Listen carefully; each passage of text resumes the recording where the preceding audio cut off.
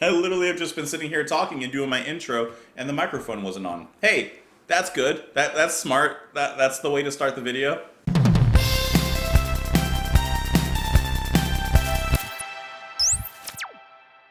What is going on, everyone?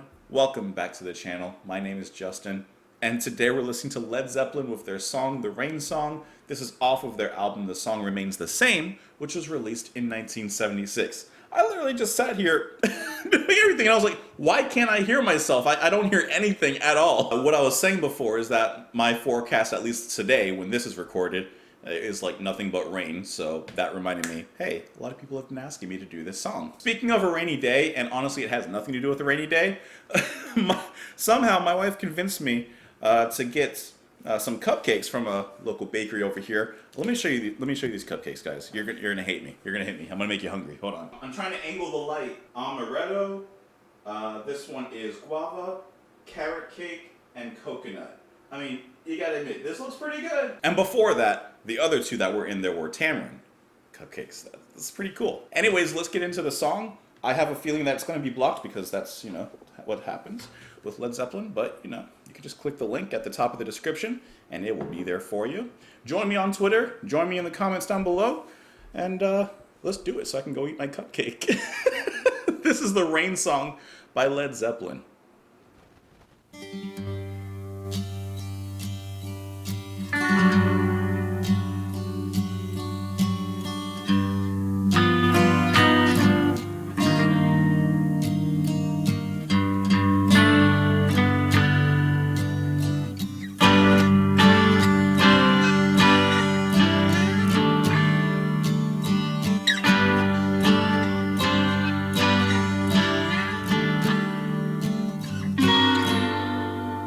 It is the springtime of my loving, the second season I am to know.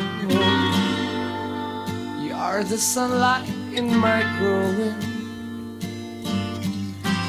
so little warmth I've felt before. It isn't hard to feel me glowing. I watched the fire that grew so low.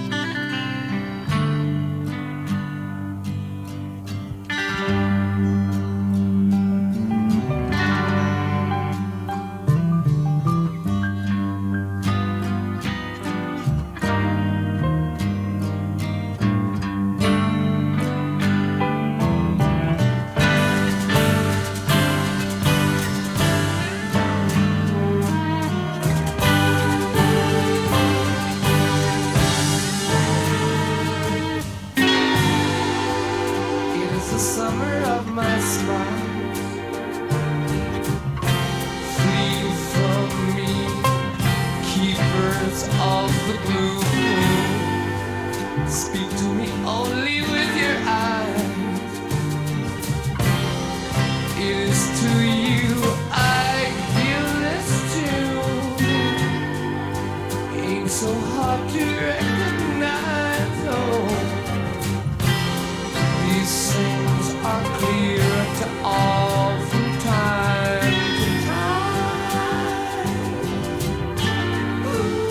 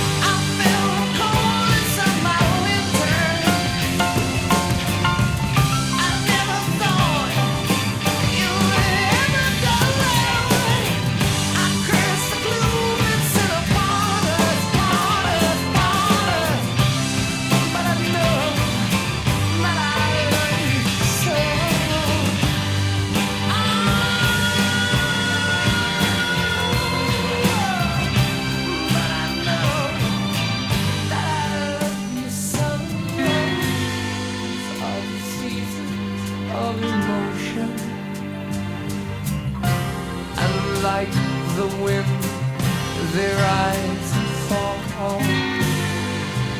This is the wonder of devotion. I see the torch we all must hold. This is the mystery of the quotient.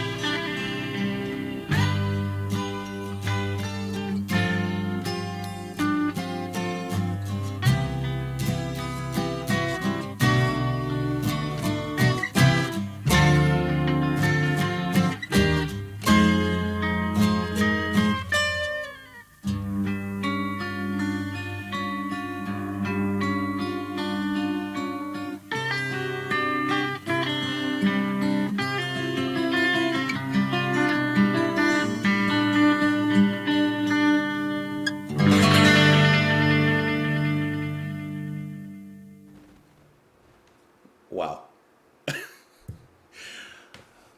Wow. I mean, this is one of those songs that I'm not exaggerating. This is one of those songs that I feel like I would have missed out if I never heard this one. This is a song that makes me feel like I'm at home as I get to hear the pitter patter of the rain hitting the rooftops outside. And that certain feeling, woo, rich guitar playing, Jimmy Page. Ooh, okay. And then the bass, the piano, the mellotron. Guys, there's so much I have to say about this song. First of all, it's melodically bliss. It's paradise. That is, to me, everything in this song hits on every level. As I was swept away within the melodies of the song, and as it was building up, which I do want to talk about, one thing that I was worried about because I felt it was building up into something. I didn't know what, but I knew it was getting somewhere. I was worried about how the build-up and how the release would be handled, because the song was just doing such a good job of being so sublime and subtle in how it progressed and how it built up so wonderfully. I really do want to talk about that. That I didn't want whatever climax we got at the end to ruin everything that was set before it. So, for example, I used to paint. I don't paint anymore. But when I used to paint, and I know I've mentioned and used this example before, but when you paint, you start from the background and paint up into the foreground, right? So, for example, if you're doing landscape, you start with the sky, you start with like the land, like the basic colors, and after that, then you start building on top of that. Maybe you want to do, I don't know, trees. Then you build on top of that if you want to do like more stuff in the foreground. You start from the back up. But if you mess up as you're doing the last parts, the foreground, well, it could ruin the whole painting. So I was enjoying so much how this song was painting its background and slowly moving into the foreground, into that climax, that I was worried that perhaps the climax would be too overblown and pretty much render useless everything that was done in the background, kind of spoiling it to an extent. Now, I should have had a lot more faith in Led Zeppelin because they enhanced and enriched the song the further it went on. When John Bonham came in with the drums, I was worried it was going to have a big drum moment. By the way, I've noticed on Reddit that me saying a Phil Collins moment has become some sort of meme. I think that's hilarious. Yes, I was worried that the song was going to have an unnecessary big lead-in, big moments that would take away from the rest of everything that was so beautifully built. But it wasn't. It was done with that same subtlety that everything else had been done before. Handled so gorgeously. Let's just talk about everything, right? First of all, it's Robert Plant and Jimmy Page that are kind of opening the song.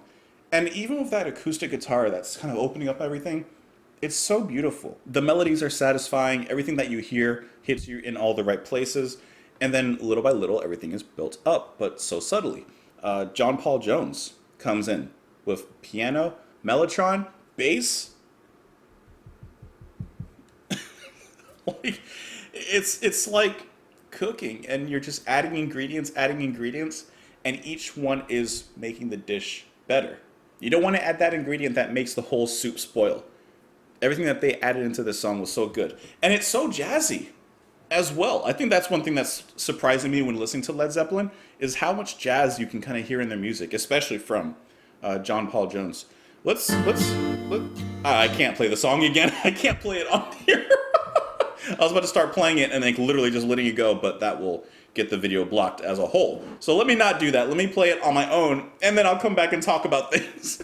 It's really nice to hear Robert Plant singing in such a low, not necessarily melancholic voice, but in something with a lot more of a depressive state. Not depression, the emotion, but depressive state, like just down here. He has such a range, such power, and a lot of focus in what he does and how he sings. And his delivery here is just as astute, especially in line with Jimmy Page's guitar playing. I love when the mellotron and bass enter in from John Paul Jones.